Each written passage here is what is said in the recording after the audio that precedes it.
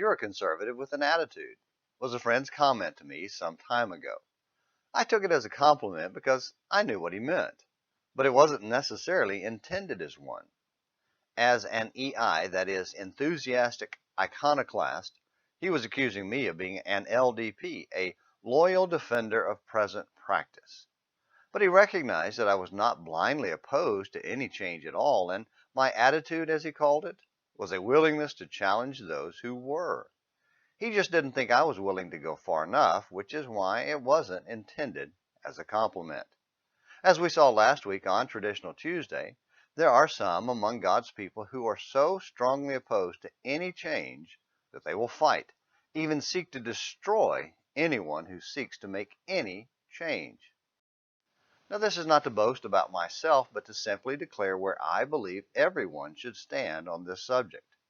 In a sense, everyone should be, and in fact, everyone to one degree or another is, a mix of EI and LDP. Be honest, my friends, we all want to change some things while holding on to others. We must hold on to God's traditions because God charges His people, Old Testament and New Testament, to obey His commands, to follow His word, to be holy because I am holy, 1 Peter 1, verses 15 and 16. We reject God's holiness if we reject His commands. And make no mistake, rejecting God's traditions is a rejection of God's commands, and a rejection of His commands is a rejection of God. Yet the EI wants to reject God's traditions and justify it in the name of love. But the only way to love God is to obey His word, Exodus 20, verse 6, and John 14, verse 15. And that means hold on to His traditions with all our heart. Yes, we could be self-deceived into thinking our traditions are His, but God knows our heart, Jeremiah 17, verses 9 and 10. So we must seek to give Him what He approves, obedience from the heart, Romans 6, 17. Anything less is not love.